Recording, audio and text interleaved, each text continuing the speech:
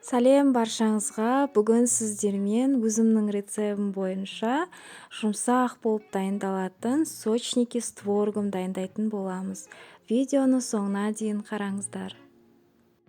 Ол үшін біздерге қажетті ингредиенттер ұн, сармай, қаймақ, қопсытқыш, қант, жұмыртқа және де тұз қажет болады. Ең алдымен ұнымызға қопсытқышымызды қосып, жақсылап араластырып аламыз. Міндетті түрде жұмсақ сармайымыздың үстіне қантымызды салып, аппақ болғанша миксерлеп аламыз.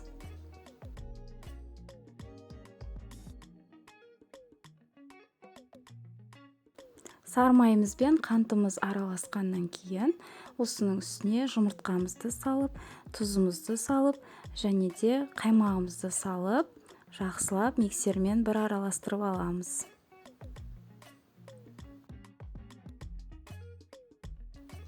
Мінекей массамыз дайын болды. Енді осының үстіне ұнымызды салып, миксермен кішкене қоюланғанша араластырамыз. Осылай кішкене қоюланып, барлығы бірігіп бастаған кезде біздер қолымызбен илеп алуымыз қажет болады. Қолмен илеген кезде ұзақ илеудің қажеті жоқ, тек біріктіріп, тез-тез илеп алуымыз қажет болады. Барлығы біріккеннен кейін осы қамырымызды мешогымызға салып, салмамызды дайындағанша холодильнигімізге қоя тұрамыз. Салмамызға қажетті ингредиенттер: творог, қант, қаймақ, бір ас қасық ұн, жұмыртқаның жылтоғы және де ванилин қажет болады. Енді творогымыздың үстіне қант, ванилин, қаймақ және де жылтоғымызды салып, вилкамызбен жақсылап араластырып аламыз. Барлығы біріккенше жақсылап араластырып аламыз. Бұл жерде творогымыздың сапасына қарағанымыз жақсы. Менде бұл жерде қолдың творогы. Сіздер дүкеннің де творогын пайдалануға болады, бірақ осындай құрғақ творог пайдаланғанымыз жақсы. Сол кезде сочниктерімізден ортасына салған кезде ағып кетпей, формасын жақсы сақтайтын болады. Енді осының үстіне бір ас қасық ұн салып, тағы да жақсылап араластырып жіберемін.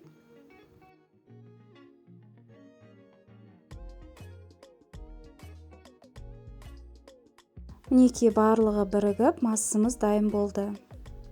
Пешімізді 200 градусқа қыздырып, үстіне пергамент қағазы немесе мен сияқты осындай тефлоновый коврик төсеп дайындап қоямыз. Енді үстеліміздің үстіне ұн сеуіп, холодильнигімізден қамырымызды шығарып, осының үстіне илейтін боламыз. Осылай алақанымыздың көмегімен колбаска тәріздес ретінде осылай созатын боламыз.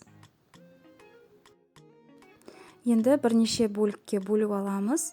Мен 8 бірдей бөлікке бөліп алдым. Сіздер қалауларыңызша өздеріңіз кішкентай еткілеріңіз келсе, кішкентай бөлікке бөлуге болады. Енді алақанымыздың көмегімен барлығын бірдей етіп, шар тәріздес қыламыз. Кішкене үстелдің үстіне тағы да ұн сеуіп, осылай саусағымыздың көмегімен бірінші қамырымызды осылай басып аламыз, және де оқтауымызбен осылай жазып аламыз. Қатты жазып тастаудың қажеті жоқ, кішкене ғана осылай жазып шығамыз. Енді осы қамырымыздың үстіне бір ас қасық салмамызды саламыз. Және де осылай видеодадай жауып, қатты барлық жерін жауып тастамаймыз, тек екі шетінен ғана, мен осылай шетін ғана тек басамын. Творогым осылай көрініп тұрады, осылай әдемі болып. Енді осыны противнімізге сала береміз. Барлығын осылай жасап шығамыз.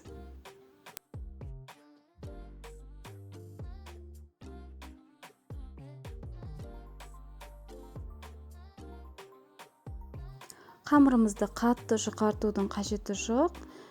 Тек осылай видеодадай жұқартсаңыздар болады. Егер де қатты жұқартып жүрсеңіздер, ол қатты болып кетеді.